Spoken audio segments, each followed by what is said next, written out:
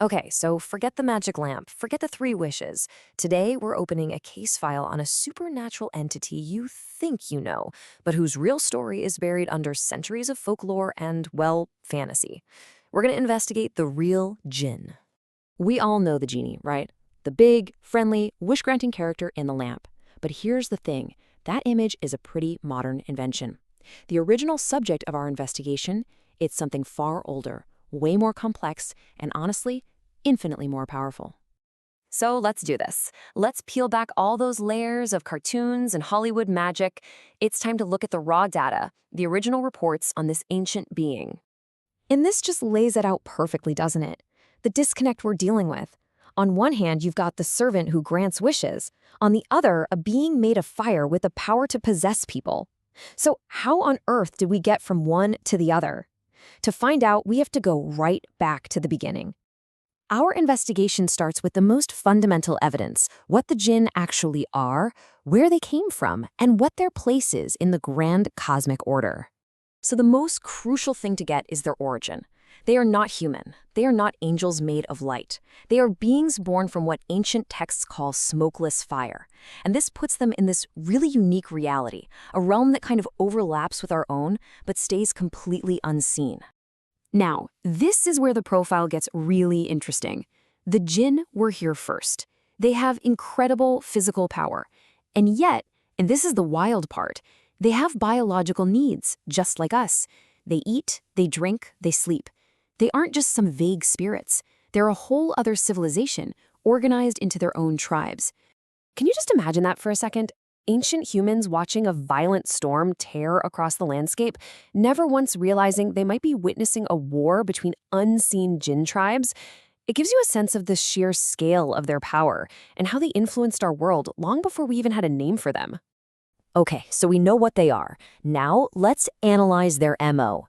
According to the historical accounts, how do they operate? What are their methods and capabilities? This is their tactical advantage, the ability to be invisible, to change their form into animals or even other people. It lets them move completely undetected.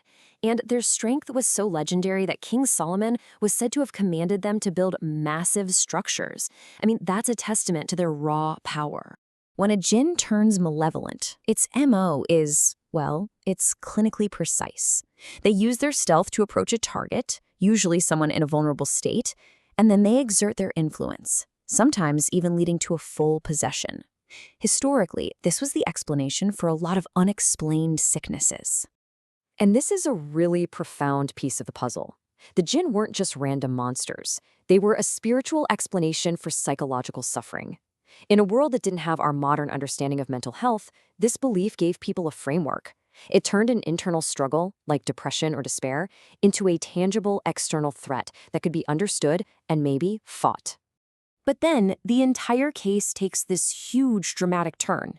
A major theological shift happened that fundamentally reclassified the Jinn, and it changed their status in the cosmos forever. I mean, just look at this shift.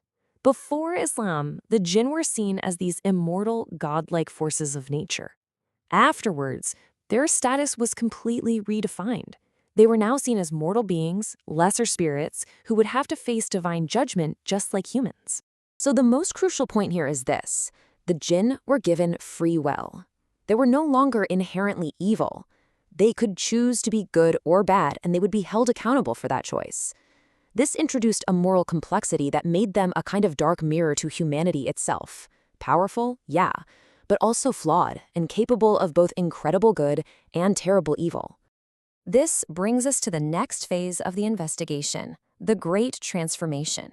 How did this complex, morally ambiguous being of smokeless fire become the friendly, lamp-dwelling genie we all know? This timeline lays it all out pretty clearly. We start with these fearsome spirits. Then they're given a moral compass. Then you get these stories from 1001 Nights that start blending cultures, and the focus shifts away from spiritual conflict and moves towards pure magic. Finally, modern media comes along and sanitizes them completely into the character we recognize today. This was really the turning point in the public imagination. The stories that made it to the West weren't about spiritual warfare. They were about treasure, adventure, and magical beings who could make you a prince. The whole narrative of possession was replaced by the fantasy of getting wishes. But even in these cleaned up versions, a little ghost of the original Jinn still remains. You know that whole be careful what you wish for idea? That's it. It's a faint echo of the Jinn's original nature, powerful, unpredictable, and a reminder that their gifts often come with a price. So, what's our final assessment? After tracing the Jinn from an ancient fire being all the way to a pop culture icon, what is its ultimate role in our stories? It seems like humans have this deep-seated need for justice, a belief that the universe is watching. In a lot of cultures, the Jinn fill that role. They become the unseen enforcers of morality, a force that makes sure bad deeds don't go unpunished. The fear of a Jinn isn't just about a monster in the dark. It's about the fear of facing the consequences of your own actions. And that's really the ultimate verdict. The Jinn are so much more than just a myth. They're a kind of cultural technology, a story we tell ourselves to reinforce the values that hold a society together. They are a reflection of our fears, yes, but also of our deep desire for a just and moral world. And so we close this case file.